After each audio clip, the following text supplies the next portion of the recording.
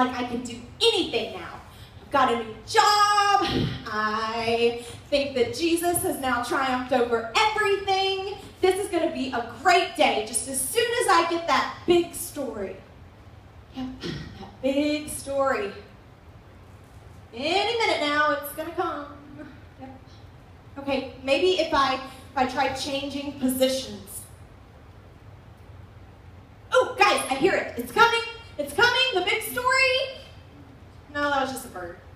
Okay, well, geez, how am I supposed to get this big story? I mean, it's not easy like I thought it would be. And you know, the whole news station is counting on me. They're looking to me to get this story, and I might lose my job if I don't. Maybe if I start asking questions. That's it. I bet you guys have some big stories, don't you? Hey, you, where were you on July 10th, 1982? Yeah, you probably weren't born yet? Okay, it's cool. Okay, you, I bet you have once skydived and landed on the ground without your parachute and survived, right? No, you're much too tiny to survive something like that. Forget it. Okay, this has got to be it. Who here has eaten 50 slices of pizza or more in one meal? Raise your hands. Nobody? Nobody? Okay, well, you guys are boring. How am I supposed to get my big story if I can't even find one? Man, it was like it'd be easier to learn how to walk on water than get this big story. Ugh. SOS! SOS! SOS! Oh my, SOS! Okay, I found some people. Guys, you are not going to believe what I just saw with my own 2 eyes. It is amazing. Oh, it is going to be easily the headline of tomorrow morning's True Story Gazette. Whoa, wait a minute. You said that you have a big story that could be the headline of the True Story Gazette? Is that not what I just said? Were you not listening? Yes, it was a big, huge, humongous deal, and it is going to be the biggest story all year. That's it, guys. This is going to be my big story. Well, sir, what do you feel like makes your story so big? I mean, if you think about it, stories are stories, and what makes yours such a big story? Well, listen, if you would have saw with your 2 eyes what I saw with my 2 eyes, you would be freaking out right now, too. Okay, well, just calm down and tell me everything. Let's just start from the beginning. Okay. Well, my name is Willie Jonah. That's Jonah. Got it. Okay? And I am a fisherman, as you can tell, and I am the best fisherman ever. Like, listen, I can get a whole week's worth of mackerel, rainbow trout, and catfish in 30 minutes flat. And if you don't believe me, I have a whole wall at my house full of fish to prove it. Oh, I'm good. Just get to the big part of your story. Okay, well, it was at night, last night, and I was pulling all of my fishing nets off of the boat. And the boat's name is the SS Rub-a-Dub-Dub. That's 2 dubs, please, okay? All right, and so I was pulling it all off, and it was a ton of fish. Like enough fish to fill an entire swimming pool, guys. And it was a ton. Do you want to know how many fish exactly for your article? No, I'm good. I just need 257 fish. That's how many fish that is. And that is a lot of fish, guys. Okay, so wait. You're telling me that your big scoop is the fact that you caught a bunch of fish? I mean, don't get me wrong. It is a lot of fish, but that's not exactly a headliner. Okay, no. The next part is when it gets better. So I'm out there, and I'm doing my thing, getting fish, pulling them out, lots of fish, 257, get that right. And I'm getting it out there, and then the wind just starts blowing out of nowhere. I didn't know it was supposed to have a storm that night, but the wind started blowing, and it started making these huge waves, and this wind this way, and it was blowing that way, and then all of a sudden, off in the distance, a sea thing. A Loch Ness Monster? No. Oh, I've got it. It was an asteroid that plummets to the earth and poof.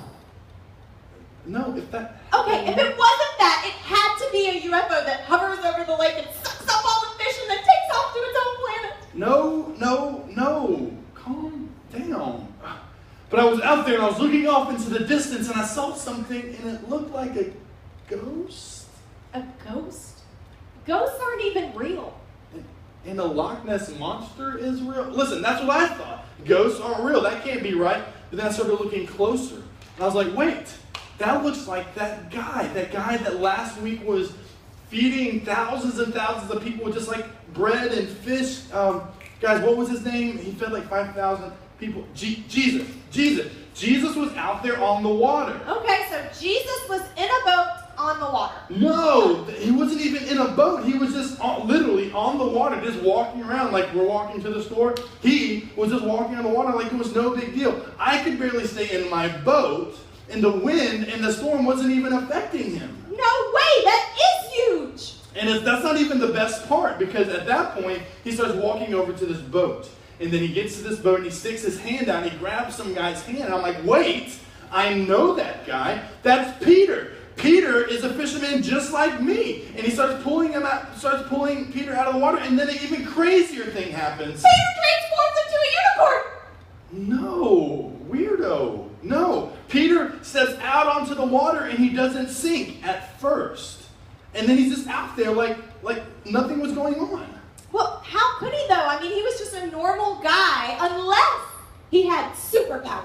No, he is a normal guy. He and I hang out all the time, but I'm thinking Jesus had something to do with it. Jesus was on the water, and I think he was making Peter walk on the water. Wait, but you said that Peter walked on the water at first. So, I mean, what happened? Did he trip or something? No. Like he was out there just like Jesus, walking on the water, and he was not, and the storm was coming over, the wind was falling, everything, and he wasn't affected by it until he started looking at it, and he started panicking. I would be panicking too, and the moment he started panicking, he started sinking. Oh, why do you think that happened? Well, it would have taken a lot of faith for me to step out of a boat onto stormy waters like that, and I'm just thinking that Peter lost faith. Interesting. A man triumphs over the storm, but then loses faith and plummets to the bottom. Ooh, I can see the headline now. Faith freezes water to walk on. No, it wasn't frozen water. It was just normal water. I just think Jesus was that powerful that he made himself walk on water and people that he was with too. So you feel like Jesus had a lot to do with this? Yeah, well, once Peter and Jesus got back to the boat, the storm completely stopped, out of nowhere stopped. And I couldn't hear anything this whole time because of the wind. And then I started hearing things clearly. And everyone that was in the boat was singing about how Jesus was the Son of God. And I know who God is. And I know that God is a big deal and he's super powerful. And if Jesus is the Son of God, that has to be enough proof. I agree. And this story needs to get to the press as soon as possible. Listen, you don't tell anyone else about the story. Okay, I've got to make sure it gets to my boss before anyone else. Well, I have to get back to my boat anyways to start measuring my fish before market tomorrow morning. So if you have this under control, I'm going to go ahead. Okay, thank you. Oh, my boss is calling. Hey, boss. Yes, I have a very big story for you. You have a big story for me too? That's my story. It's already on the Channel 1 News? Oh my goodness, well, I'll be down there right away. I've got eyewitness quotes to give to you. Okay, I'll be there in a jiffy. Guys, my boss said that they've already broke the story and it's on the Channel 1 News. So I need you guys to watch the story and make sure that all of the facts are true, okay? And I'm gonna go give those quotes to my boss. I can't